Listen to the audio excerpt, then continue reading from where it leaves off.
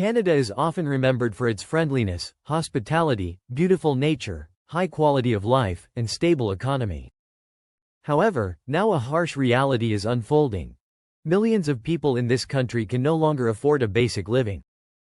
House prices have skyrocketed, living costs have surged, but wages have remained almost unchanged since 2016, making it difficult for Canadians to make ends meet. Additionally, the increase in immigration has exacerbated the housing shortage and led to a rise in the number of homeless people since 2018.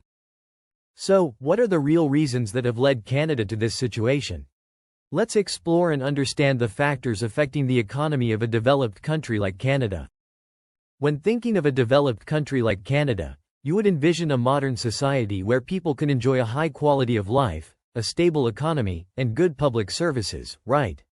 However, in recent years, some issues in society have gradually become apparent. A segment of the population can no longer afford to own a house and even struggles to find reasonable accommodation.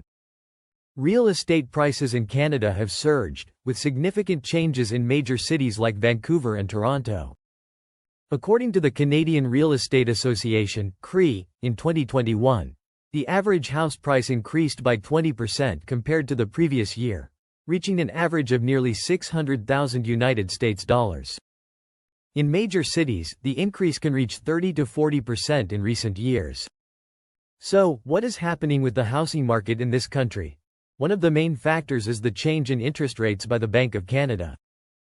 When interest rates rise, buyers have to pay more each month, but the reality is that not everyone can afford it. This has caused many people to postpone their home buying plans or seek shared living solutions.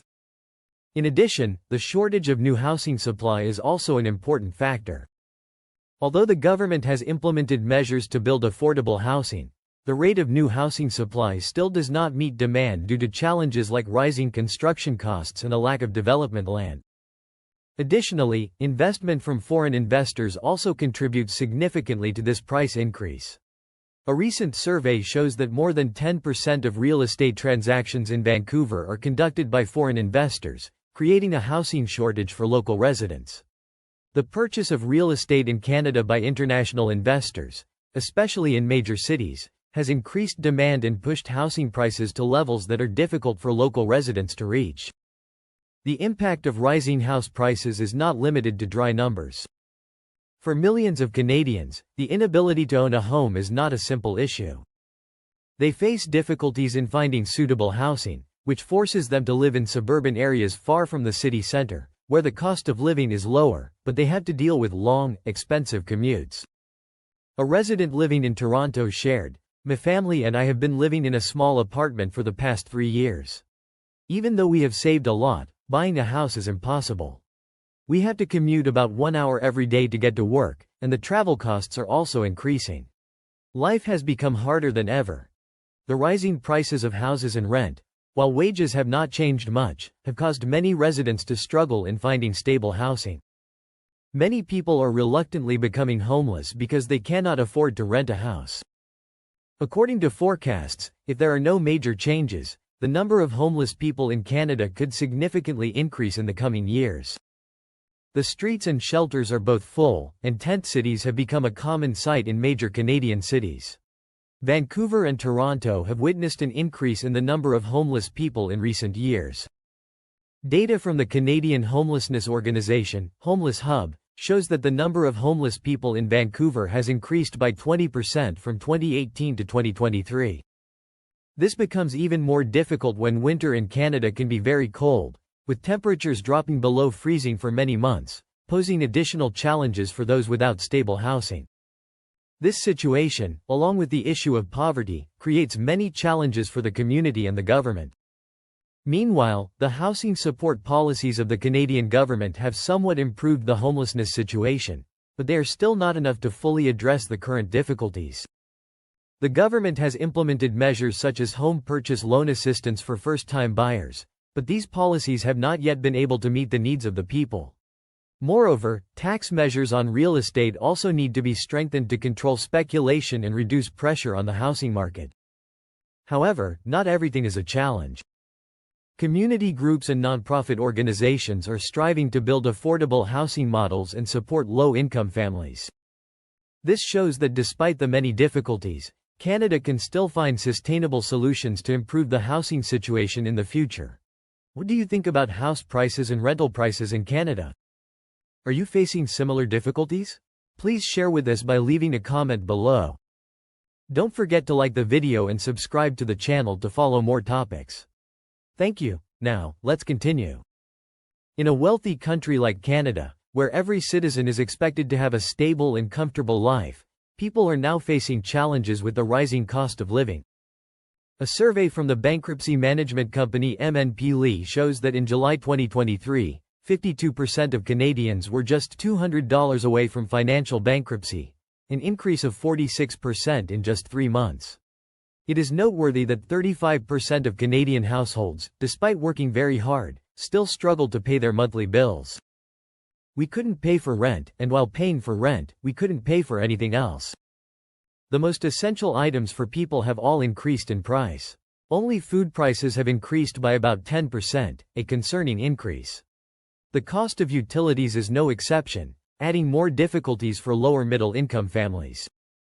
People nowadays have to calculate their daily expenses carefully, such as only buying the most essential products or limiting their diets to save money. Luxurious expenses, such as vacations or dining out, have become out of reach for many families. A resident living in Toronto shared, "With my current salary, I have to be very careful when going to the market. Every week, I only buy the essentials for the family, not daring to buy any extra treats or anything that isn't truly necessary. Electricity, water, and other services increase every year with no signs of decreasing. We have to cut back on non-essential things to be able to sustain our lives." While prices continue to soar, wages have remained almost stagnant, even decreasing compared to inflation. Since 2006, the real wages of workers have not increased significantly. A study by the Canadian Policy Research Networks, CREN, shows that in 2022, the average wage of a full-time worker only increased by about 1.7%, while inflation reached 6.8%, significantly reducing the purchasing power of the people. Therefore, it is not difficult to understand why many Canadians find it hard to make ends meet. A teacher in Vancouver confided, "We are people working in the education sector, but our salaries are not enough to cover living expenses in the city. I have to take on extra work to earn more money, but even though I work hard, by the end of the month, I still feel like I can't breathe because the expenses keep piling up." In addition, government pandemic-related subsidies have ended, putting additional pressure on the finances of many families. This particularly affects the younger generation in Canada, as they face much lower levels of happiness compared to previous generations. The World Happiness Report ranks Canada as the 15th happiest country, but the youth are near the bottom of the rankings at 58th place.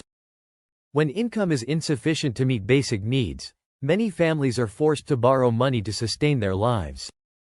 According to the report from the Bank of Canada, the number of households with debt has significantly increased in recent years. People are facing a debt spiral, as they have to use credit cards or borrow money to pay for monthly expenses, causing the financial burden to increase. Some citizens also feel dissatisfied with what the government is doing. Although the situation of living costs and wages being disproportionate remains a major issue for many families, individual efforts to overcome challenges still foster a belief in the possibility of change. The Canadian community is still seeking ways to adapt and overcome this difficult period, with the hope that in the future, policies and solutions will be implemented to improve the financial situation and help people live a life worthy of their efforts. Immigration is one of the important factors affecting the lives of Canadians in recent years. For many years, Canada has maintained an immigration quota of about 250,000 people each year. After the COVID-19 pandemic ended, the government continued to increase the immigration target to about 400,000 people per year and is expected to welcome around 550,000 immigrants per year by 2025. Not stopping there, Canada has also developed other methods to attract immigrants, including international students. Hundreds of thousands of students from other countries are studying at colleges and universities in Canada. In addition, hundreds of thousands of temporary foreign workers are also coming to Canada, contributing to an annual population growth rate of nearly 3%. These numbers have helped Canada become the developed country with the fastest population growth rate in the world. However, not everyone agrees with this expanded immigration policy. In reality, Canada is facing significant challenges in maintaining a robust infrastructure system to meet the increasing demands of its growing population. Housing, food, and infrastructure issues have not been improved in a timely manner to keep pace with the population growth rate, while Canada's GDP only increased by 0.5% compared to the previous year. The population growth rate reached 3%, indicating that the economy cannot keep up with the population increase. Derek Holt, Vice President and Director of Capital Market Economics at Scotiabank, warned that the significant increase in immigration without improving infrastructure will lead to persistent housing inflation, something he has been warning about since last year. Some experts suggest that the government could take two measures to alleviate the cost of living crisis: reducing the level of immigration and cutting debt spending. However, this is not easy to implement. Recently, the Canadian Minister of Immigration referred to international students as valuable assets, and collecting tuition fees from international students is still considered an important source of revenue for the country. As for reducing the budget deficit, this seems to be quite difficult. Prime Minister Trudeau's government is receiving support from the New Democratic Party, NDP, which opposes cuts to social programs. Therefore, the government can only hold press conferences and make commitments, but there is no clarity on long-term solutions. Under pressure from public opinion, the government has finally announced a plan to restrict immigration in the coming years. However, for many people, whether this decision can be timely remains a question. Changes in immigration policy and improving the quality of life for citizens are urgent issues that Canada needs to address in the future. Canada, a country renowned for its image of development and opportunity, where people are often expected to have a fulfilling and happy life, is now showing a contrasting picture. A large segment of the population cannot enjoy a prosperous life like the rest of society. The increasing inequality is becoming a serious issue, as the wealthy maintain a luxurious lifestyle while the poor struggle daily with financial difficulties and limited opportunities. So, what is causing Canadian society to become increasingly polarized, and is there any hope for the future? The wealth gap in Canada has significantly increased in recent years, especially after the COVID-19 pandemic. A report by the Canadian Policy Research Institute, CREN, indicates that the poverty rate increased to 14% in 2022, with more than 5 million people living below the poverty line. Meanwhile, wealthy families, especially those who own real estate, benefit from the rising property prices. This has created a clear division between social classes, as those who do not own real estate cannot enjoy the benefits of economic development.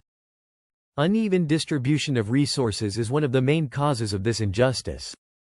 Although the Canadian government has made efforts to support the poor, such as increasing social welfare and developing affordable housing programs, these efforts have not yet been sufficient to address the root of the problem. A young engineer living in Toronto shared, "Although I have put in my utmost effort at work, with my current salary, I feel like I cannot make any progress. Everything here is too expensive, and I can't build a good life for my family.